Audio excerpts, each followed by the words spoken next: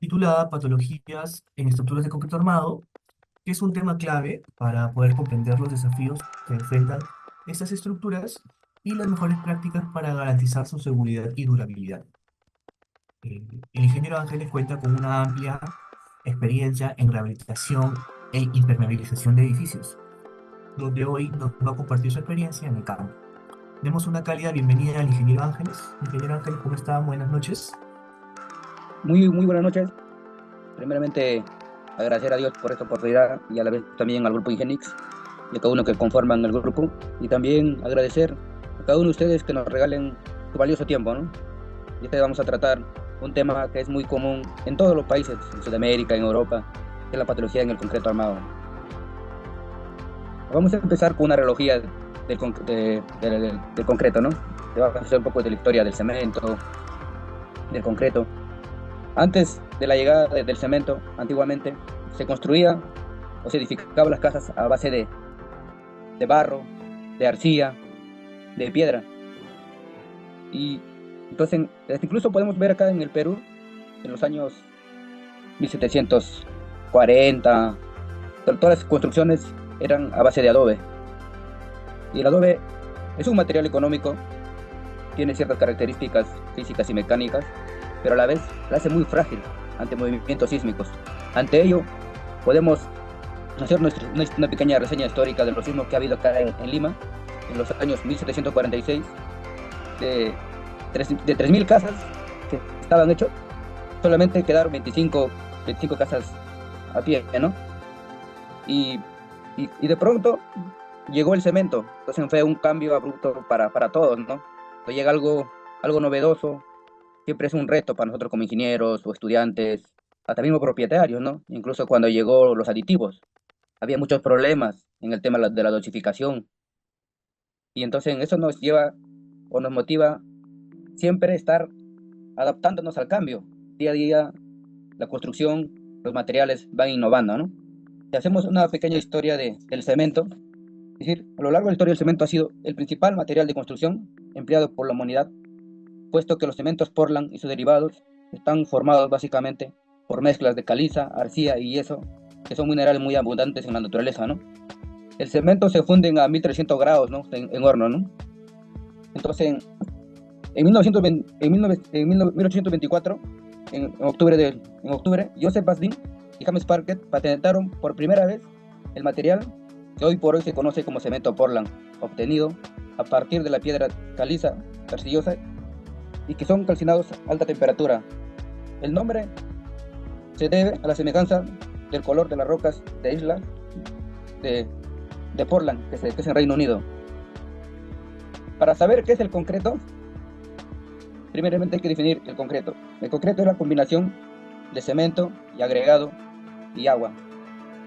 Por ejemplo, para algunos que de repente no saben qué son agregados, nos referimos a la arena, a la arena gruesa más piedra, y en algunas zonas de acá del Perú lo conocen como hormigón. Los inicios del concreto se remontan a los años 1330, 1300 a.C., en el Medio Oriente, por los nabateas y los beduinos en Siria e Israel, quienes empleaban tanto la elaboración de elementos ornamentales como para la edificación de distintos proyectos de infraestructura.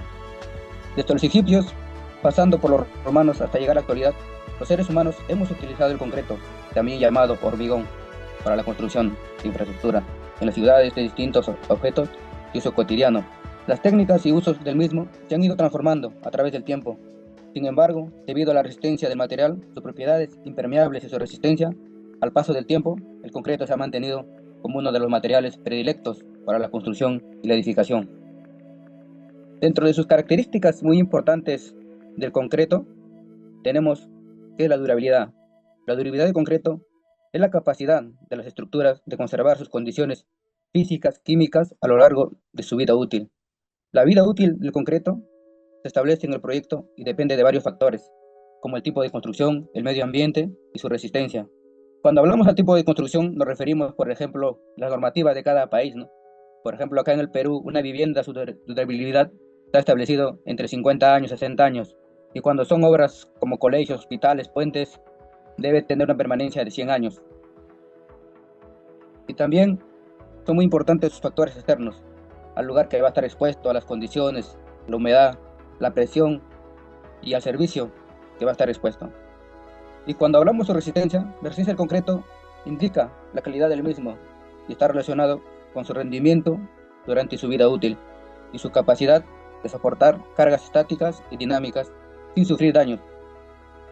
Existen diversos factores muy determinantes para la durabilidad de una estructura de concreto, como es el diseño estructural, los materiales, el proceso constructivo, resaltando la importancia de la protección del curado del concreto, por lo que se debe ser muy estricto en cada una de estas etapas, así como en los procedimientos de inspección y mantenimiento de las estructuras. Las patologías. La palabra patología proviene del griego patos, que es sufrimiento o enfermedad. Logía significa relato o historia. La patología dentro de la construcción significa estudio de los defectos y problemas que presentan el concreto y la construcción. La patología del concreto es el estudio de los daños que puede sufrir una estructura de concreto, así como sus causas, consecuencias y soluciones. Estas lesiones se pueden clasificar según su origen en lesiones físicas, lesiones mecánicas y lesiones químicas. Los daños en el concreto pueden aparecer desde la construcción o durante su vida útil y puede ser consecuencia de accidentes. Algunos de los defectos pueden manifestarse por manchas, cambios de color, hinchamientos, fisuras o pérdida de masa. Una vez diagnosticada la patología, se puede evaluar las condiciones de la estructura y predecir sus comportamientos ante eventos sísmicos. Si el pronóstico es favorable, se puede realizar una intervención como la reparación o la restauración y en algunos casos la rehabilitación. Si el pronóstico es negativo, es posible que la estructura deba demolerse. Algunas patologías más comunes en el concreto son la carbonatación, las fisuras, la luminosis, la reacción árido-álcali, ataque de ion sulfato, la erosión. Las patologías en el acero más comunes es la corrosión. Hablamos de la retracción plástica.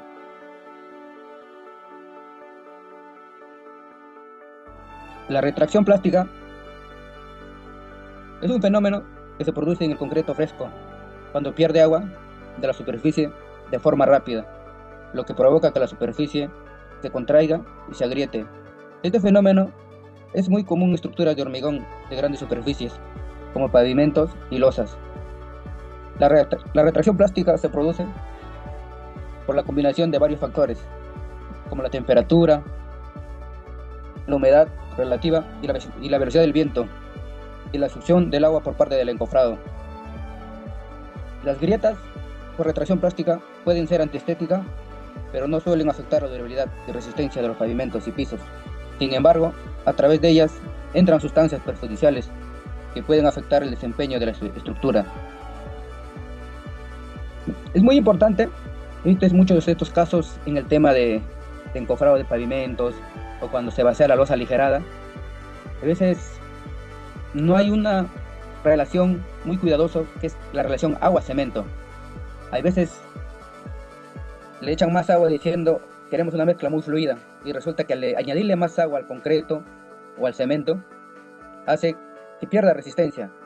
Por eso es muy importante, cuando se va a vaciar el concreto en lugares donde que son encofrados, es muy importante tener la hermeticidad, que esté bien cerrado, para que así no se pierda el agua y no pueda fraguar muy rápido, y resulta que el agua también forma un volumen, y a la hora de evaporarse seca muy rápido, se pierde y queda muy espacios vacíos, que la que provoca la retracción y la aparición de fisuras.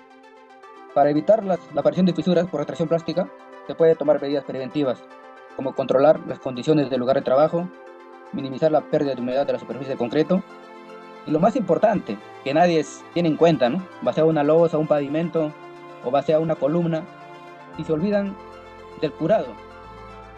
Sabemos que el curado ayuda a que el concreto pueda llegar a su resistencia óptima. Y además de eso, también otro factor importante también es, podemos añadirle fibras sintéticas o fibras metálicas, que hacen que se unan el concreto con las fibras y no puedan romperse muy fácil, y así no se puede contraer. Siguiente. La carbonatación es una reacción química. La carbonatación del concreto es un proceso natural que ocurre cuando el dióxido de carbono del aire reaccionado con la humedad y el dióxido de calcio de concretos. Este proceso reduce el pH del concreto, lo que puede provocar la corrosión del acero de refuerzo y la descomposición de las estructuras. La reducción del pH del concreto sano se encuentra entre un 12 y 13%, pero la carbonatación lo reduce a valores por debajo de 11, 9, 8, que hacen que el concreto se carbonatea muy rápido y sea muy perjudicial para las estructuras, ¿no? También tenemos la corrosión del acero, que se da dentro de la carbonatación, porque queda desprotegido y comienza a oxidarse. También tenemos la descomposición de la estructura. El acero se expande y truena en el concreto, lo que puede causar desprendimientos y colapsos. Este problema es muy común cuando el concreto es muy permeable o muy poroso, o tal vez hay ciertas anomalías a la hora del encofrado o del vaciado. Dejamos cangrejeras o espacios vacíos y también no respetamos los recubrimientos, lo que establece la norma, ¿no? Por ejemplo, en losa nos dicen, para columnas nos dice 4 y para vigas 2 centímetros, pero no se respeta. Para prevenir la carbonatación es muy importante utilizar inhibidores de corrosión en la pasta cementicia, aplicar pinturas anticarbonatación, realizar tratamientos hidrófugos, realizar una buena compactación del concreto, utilizar una baja relación agua-cemento, cumplir con los tiempos de curado del concreto. Para detectar la carbonatación se puede realizar una inspección visual y un test de fenolftaleína. Consiste en echar el producto químico al concreto y si esto, como ven en la imagen, se vuelve de color rosado o magenta, nos indica que el concreto está sano. Y si no se mantiene su color natural, nos indica que ese concreto presenta carbonatación.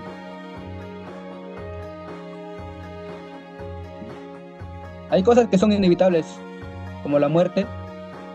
Las fisuras y grietas dentro del concreto representan el 21% de las manifestaciones patológicas en el concreto. Las fisuras y grietas en el concreto son discontinuidades que pueden aparecer en elementos estructurales como vigas, columnas, placas y losas. Son un indicador que puede haber un suceso que comprometa la durabilidad y servicialidad de las estructuras.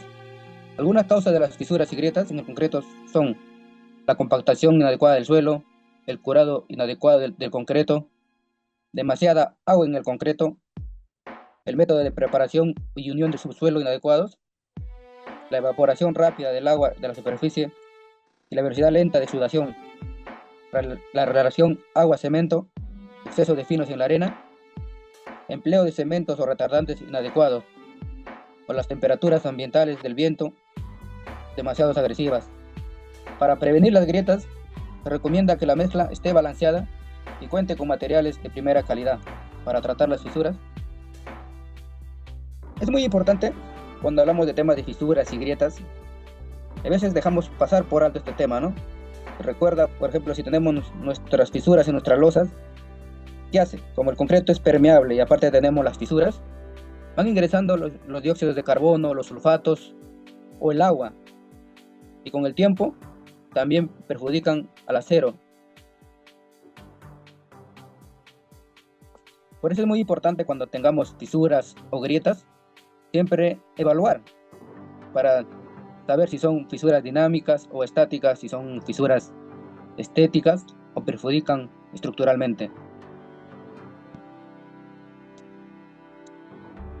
Por ejemplo, para reparar las fisuras, si son fisuras estáticas, se puede hacer una pasta de cemento, ¿no? con aditivos.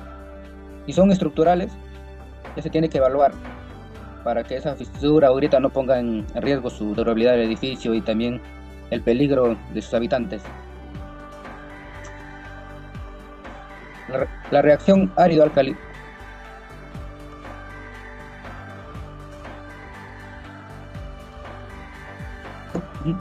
La reacción álcali-árido en el hormigón es un fenómeno químico que se produce entre los componentes alcalinos del cemento y los áridos reactivos. Esta reacción puede causar la expansión, deterioro y rotura de elementos estructurales como el hormigón. La reacción árido-álcali se produce cuando los álcalis del cemento entran en contacto con el agua y reaccionan con los minerales sílicos de los áridos. La reacción genera un gel expansivo que aumenta de volumen al beber agua, lo que puede provocar la fisuración y destrucción del hormigón. La reacción árido-álcali se puede manifestarse varios años después de la finalización de una obra. Algunos factores que pueden influir en la reacción son la humedad ambiental, la temperatura, la presencia de fuentes externas de álcalis, como las sales, de aguas fluviales, aguas del mar. Para evitar estos problemas, se recomienda que el cemento tenga un contenido total de álcalis de 0.6%. Para detectar la reacción árido-álcali, se puede realizar ensayos como medición de ultrasonidos, difracción de rayos X, la prueba de reactividad de los agregados, que son muy pocos que hacen la prueba de reactividad, y también no hay muchas empresas que se dedican a eso. Siguiente. El ataque por ion sulfato. El ataque de sulfatos en el concreto es una reacción química que se produce cuando los iones de sulfato se ponen en contacto con los compuestos hidratados del cemento. Este proceso puede provocar la expansión, agrietamiento, pérdida de resistencia y desintegración del concreto. Los sulfatos pueden provenir de diversas fuentes, como los suelos orgánicos, arcillosos, o turbas, o aguas freáticas, las aguas del mar, aguas residuales con derivados del azufre, plantas industriales, fábricas, fertilizantes, laboratorios, entre otros. Para proteger el concreto de ataques de sulfatos, se puede elegir un cemento con resistencia a sulfatos. Asegurar que el concreto tenga un grado de impermeabilidad suficiente. Controlar la colocación del concreto, especialmente vibrado y compactado, y el curado. Las consecuencias del ataque de sulfato no solo producen degradación por expansión y fisuración, también una reducción en la resistencia mecánica debido a la pérdida de cohesión en la pasta de cemento, o también conlleva a una pérdida de adherencia entre las pastas y las partículas de los agregados.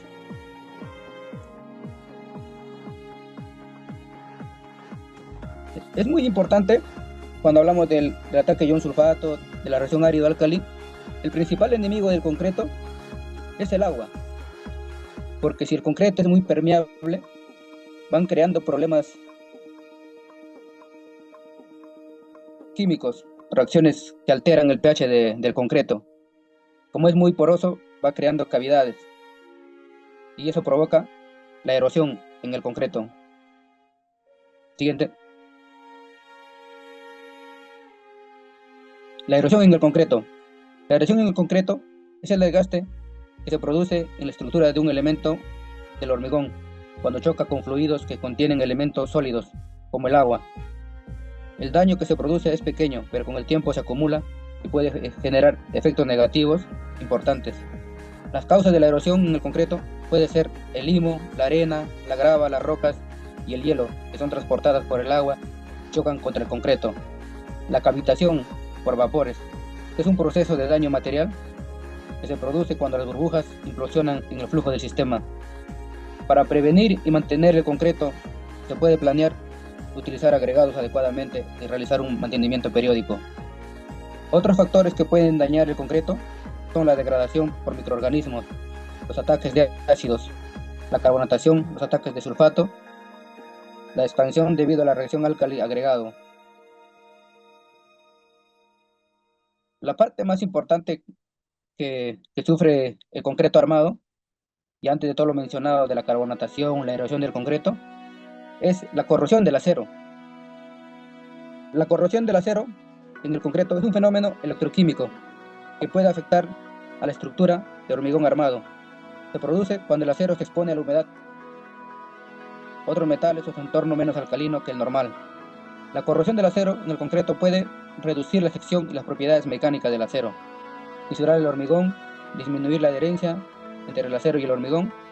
Para evitar la corrosión del acero en el concreto, se debe tomar las siguientes medidas: utilizar concreto de baja permeabilidad, garantizar un proceso constructivo adecuado, aumentar la hidratación del cemento, controlar los espesores de recubrimiento de refuerzo, utilizar materiales más resistentes a la corrosión, proteger el acero convencional recubriéndolo, utilizar cenizas volantes, escorias de alto horno o microsílice, y utilizar inhibidores de corrosión probado. La corrosión del acero de refuerzo en las estructuras se da por la destrucción de la capa pasivadora que se forma naturalmente sobre el acero embebido dentro del concreto. Este fenómeno se debe a la alcalinidad del concreto, cuando reaccionan con sustancias ácidas con la presentación de una calidad suficiente de cloruros.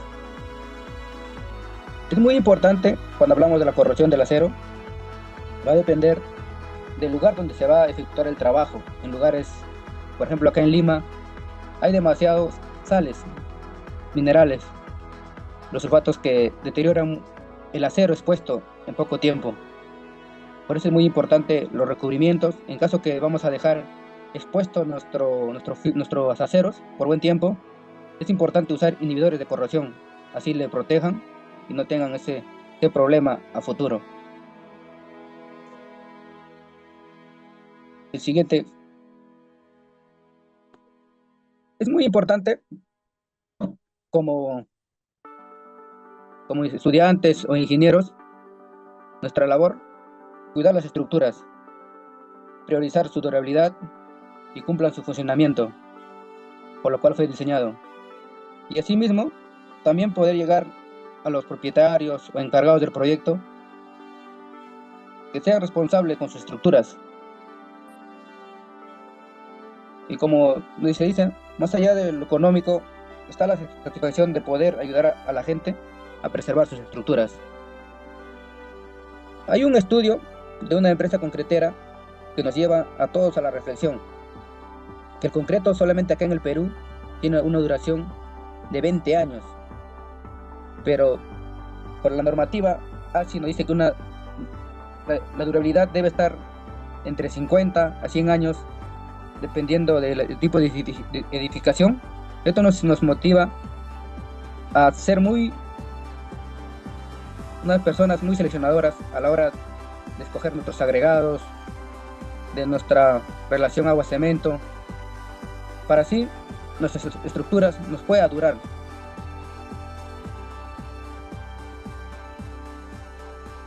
Y es muy importante también, a lo largo de estos años, trabajando en rehabilitación de edificios, he visto patologías muy comunes, que es la corrosión del acero, que se da, por ejemplo, cuando tenemos la losa y sabemos que el concreto es permeable, por más que esté pulido, tiene poros abiertos y microscópicamente van ingresando sales, sulfatos, agua, y toda esa agua ingresa silenciosamente a la varilla de acero y con el tiempo causan la corrosión y deterioran el concreto, ¿no? Y también otra parte muy importante también es el estudio de la mecánica de suelos en nuestras edificaciones, y también impermeabilizar nuestras cisternas o los lugares donde hay fuentes de agua, por ejemplo jardines, parques, porque a través de eso el agua va ingresando a nuestros muros, a nuestros cimientos. También hacen que nuestras columnas se deterioren y provoquen la corrosión. También otro problema más común que he visto, o muy común, es la eflorescencia, ¿no? O el famoso salitre.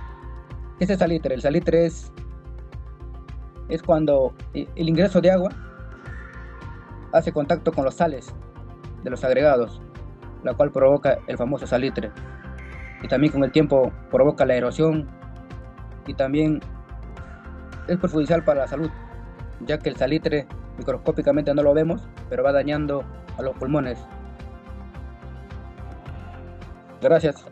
Consulta es, ahí estamos hablando, ¿no? de aditivos. Eso, las fibras metálicas, ¿cómo entran al diseño de la mezcla? ¿Sustituyen Claro, parcialmente el cemento, algún agregado, o es es en decir, relación del volumen del peso, del claro, volumen hay que ver, total?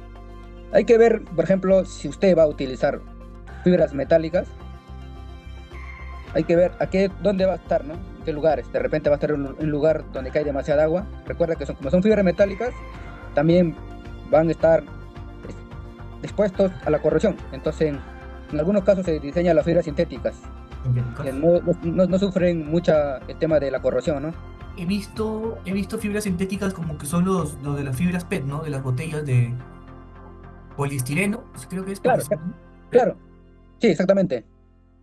Ya, Entonces, incluso he visto. también, incluso también hoy por hoy, por ejemplo, si usted va a hacer una losa y no quiere usar las fibras metálicas o no quiere usar la varilla tradicional, hay las varillas de FRP, PRP, ya. ajá, que tienen ciertas ventajas y también tienen ciertas limitaciones. Por ejemplo, ellos pueden trabajar de forma horizontal, pero no pueden trabajar de forma vertical porque son muy dúctiles. Ante movimientos Bien, sísmicos sufren esfuerzos cortantes y bien. Entonces ahí digamos que seguimos en el campo de los aditivos artificiales, entre comillas, ¿no? claro, Yo he visto que también hay bastante estos aditivos, los que son los naturales. Por claro, ejemplo, he visto desde cascarilla de arroz, ceniza de cascarilla de arroz, ceniza de cacao, hasta de mango, ¿no? Hay todo, o sea, todo aditivo natural que tenga un alto contenido de sílice, ¿no? Y que esto ayude a formar los silicatos en el cemento, en el concreto, va a aumentar, ¿no? También las propiedades físico-mecánicas, ¿no? claro. Eh, Por eso es muy importante, por ejemplo, en el tema de cuando se va a usar aditivos, por ejemplo, como acelerantes, retardantes, en tema de concreto, es muy Ujú. importante saber usar, por ejemplo, aditivos que estén a base de cloruro o sin cloruro. Por ejemplo, en caso que usted va a vaciar columnas, placas, tiene que ser acelerantes o retardantes que sean libres de cloruro, Ya. así no afecten a la corrosión. Y entonces, por ejemplo, cuando hablamos en fibras naturales, por ejemplo, podemos ver ese tema cuando se trabaja con adobe, Ah, las bueno. pajas. Es decir, Sí, el mismo sistema del paja hace las fibras sintéticas, se comportan de esa manera en las losas. ya. Ujú. Y Eh, también, yo, dígame, le eh, escucho. yo he visto, bueno, hace poco, asesoré, bueno, estoy, digamos, como que encaminando una investigación en lo que es referente al mejoramiento de las propiedades físico-mecánicas y recomendé, bueno, propuse la investigación utilizar la ceniza de la cascarilla de arroz, ¿no? Como reemplazo parcial del cemento y también utilizar lo que son las fibras del tallo de plátano, pero esto se reemplaza en función del volumen, ¿no? Por ejemplo, creo que es el 1, 3, 5% en peso total del volumen. Entonces, perdón, en el volumen total, ¿no? Del concreto cuando se diseña. Entonces, he visto que hay artículos relacionados a esto, pero en donde solamente, independientemente, solamente se incluye el tema de las fibras de plátano. Entonces, se me ocurrió, ¿no? Se me ocurrió hacer esta mezcla, ¿no? Porque los estudios concluían, ¿no? Concluían de que estas fibras, mejoraban las propiedades a flexión y tracción, mejoraban las propiedades a flexión y tracción, y la ceniza de la cascarilla de arroz mejoraba las resistencias a la compresión. Entonces, se me ocurrió, ¿no? Hacer, digamos, esta combinación, esta sinergia para tener digamos, un super concreto, ¿no? Entre comillas. Claro, pero también hay que ver también el tipo de agregado que se va a utilizar, porque a veces también cuando nosotros hemos reparado, nos ha tocado, es decir, reparar lugares que tienen alta alcalinidad, a veces los aditivos a veces no son compatibles, hacen reacciones químicas. Claro, A veces también tienes que ver que de repente tu agregado o tu cemento no es muy compatible con las cáscaras de plátano y que puede provocar alguna reacción. exacto, sí. Ujú. Sí, puede ser, ¿no? Y también dentro del tema patológico que a lo largo te he visto, es que, por ejemplo, la falla más comunes también es en los edificios, las juntas de baño, Ya, o comúnmente dicen los enchapados que están fraguados. ya, Entonces la gente no hace mantenimiento, es decir, no hace mantenimiento en su casa y microscópicamente las juntas de fragua crean poros. Con el tiempo el movimiento sísmico se daña, microscópicamente va ingresando el agua. Y te das cuenta, recuerda que el agua es impredecible, encuentra un huequito y se mete. claro. Y pasan 5, 10, 15 años y te das cuenta cuando ya empiezan a botar manchas amarillas, o se empieza a descascarar tu pintura, y, y dices, oye, ¿qué está pasando, no? Y algunos que, por ejemplo, cuando están en el tema de pintura, dicen, ah, señor, arréglame solamente la pintura, van, pero no evalúan el porqué de las cosas. A mí me ha pasado una vez el tema de rehabilitación de casas, me dice, o sea, señor, hay que pintar mi casa, hay que hacer esto. Lo primero para nosotros es evaluar las condiciones. ¿Por qué produce esa Claro, fisura? Esa fisura puede ser por problema de adherencia, por problema de corrosión, o de repente mala munición de la mezcla. No han batido bien la mezcla con la arena fina. correcto. Sí. Entonces yo a la gente le digo, mira señora, mira, su casa, esta fisura es por este motivo. Y a veces, como le digo, ¿no? Nuestra labor como ingenieros, los futuros ingenieros, estudiantes, propietarios, es decir a la gente la verdad. Y señora, mira, su casa tiene este problema, está en tus manos poder arreglarlo.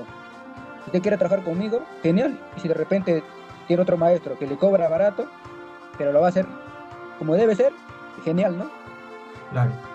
Entonces yo, como he dicho unas veces a mucha gente, le digo, mi labor como ingeniero es concientizar a la gente, pero en su mano de ellos también está contratar a la gente adecuada que va a hacer la reparación, ¿no? O el mantenimiento de sus casas. Ok. Bien, tenemos una pregunta del ingeniero Abraham. El ingeniero Abraham nos pregunta, ¿qué nos puede decir referente a las patologías del concreto? Bueno, supongo las patologías más comunes que se pueden encontrar en las obras de los tanques elevados que son construidas por Sedapal.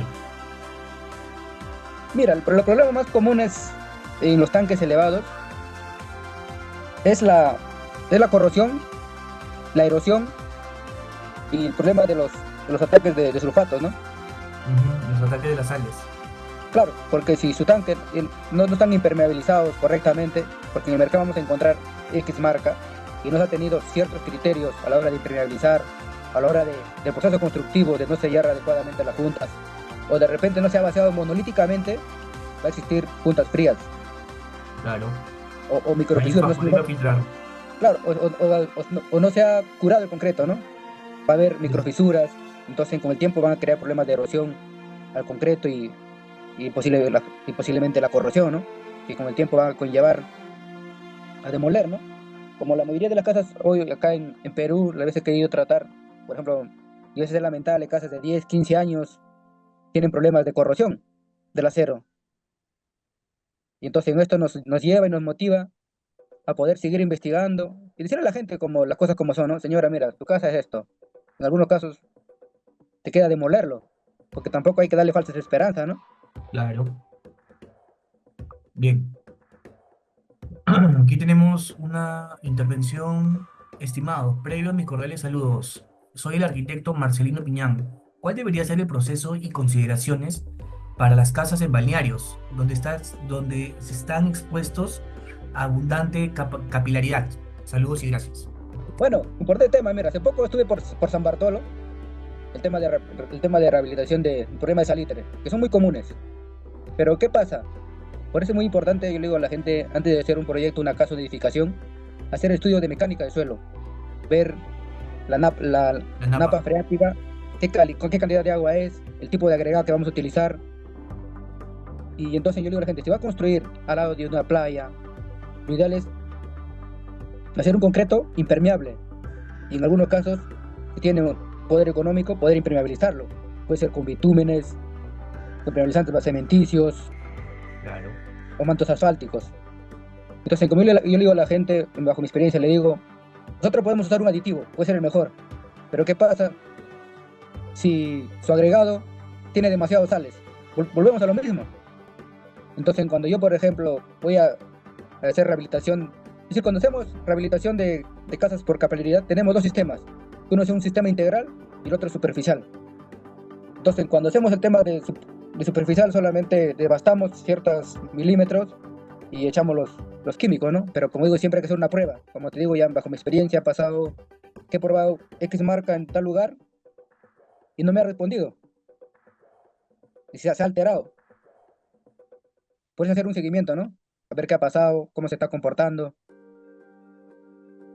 Y por eso, respondiendo a la pregunta del caballero, lo ideal es que si ya construyó, si está expuesto de repente a jardines, riega demasiado, impermeabilizarlo. O de repente excavar y poner un manto asfáltico. ¿Y esta solución de los geosintéticos se puede hacer? ¿Se puede dar o no?